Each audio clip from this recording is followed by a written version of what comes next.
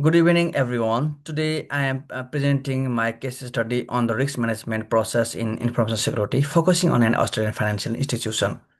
Over the past decade, Australian banks have undergone rapid digital transformation by adopting online banking, mobile applications, cloud services, open banking APIs, and third-party integration.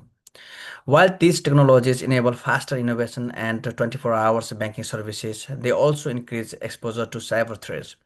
As a result, information security risk management has become a strategic organizational responsibility rather than purely technical IT tasks.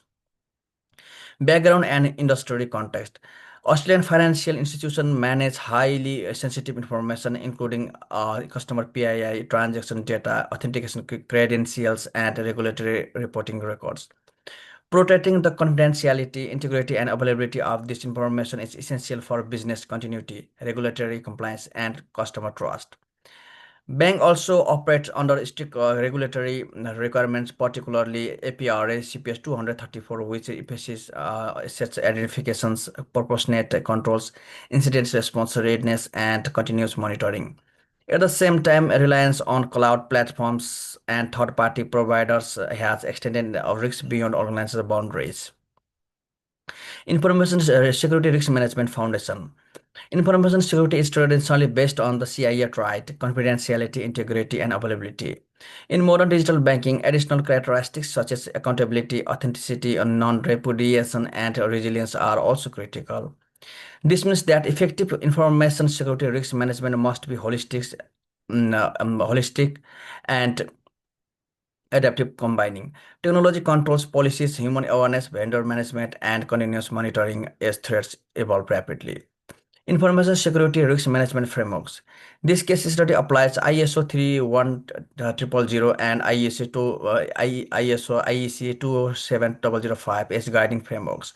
ISO 31000 provides an enterprise level risk management approach that integrates risks into governance, strategy, and decision making. ISO IS 27005 focuses on information security risks by linking assets, threats, and vulnerabilities and supporting risk-based control selection. Together, these frameworks support consistent, risk-aligned, and auditable security decision-making in financial institutions. And key risk use cases in Australian financial institution. Phishing and social engineering attacks exploit human behavior through emails, SMS messages, phone calls, and fake websites. These attacks are typically high likelihood and medium to high impact. Controls such as multi-factor authentication, transaction monitoring, fraud analytics, and customer awareness programs help reduce risks. However, because attackers continuously adapt, phishing remains a residual risk that requires ongoing monitoring. Insider threats originate from individuals with authorized access and may be accidental or malicious. Previous users pose higher risks due to extensive access rights. Although insider threats occur less frequently than phishing, their impact is often high. Risk mitigation includes role-based access control, segregation of duties, audit logging, monitoring, and strong governance and ethical culture. Modern banks rely heavily on cloud services and third-party vendors for scalability and innovation. This introduces risks such as misconfigurations, data residency issues, share responsibility confusion, and supply chain attacks. This requires strong vendor due diligence, contractual security, requirements, continuous awareness, assurance, and ongoing monitoring across the vendor's life cycle. Critical analysis of the risk management process. Although ISO-based frameworks provide strong structure, practical challenges remain. Qualitative risk assessment can be subjective. Risk appetite is difficult to balance with innovation, and static risk registers may not capture emerging threats. Governance gaps can also weaken accountability when responsibilities are fragmented across teams. Therefore, effective risk management requires a dynamic, adaptive, and business integrated approach supported by continuous monitoring and leadership oversight. Application of information security risk management.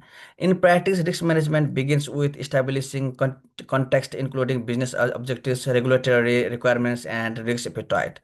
Critical assets such as core banking systems, digital channels, customer data, and third-party services are identified. Identified. Threats are analyzed based on likelihood and impact, and risks are treated using layered technical, administrative, and physical controls. Continuous audits, testing, and incident reviews ensure controls remain effective over time. Recommendation.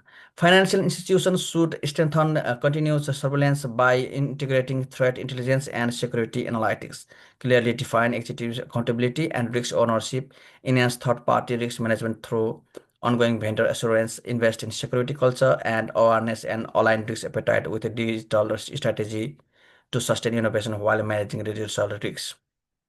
In conclusion, information security risk management is essential for Australian financial institutions operating in complex digital environments. While ISO 31000 and IEC 27005 provide strong guidance, their effectiveness depends on governance maturity, adaptive implementation, and continuous improvement. By integrating technical controls, organizational culture, and proactive monitoring, banks can protect information asset, maintain compliance, and preserve customer trust. Thank you.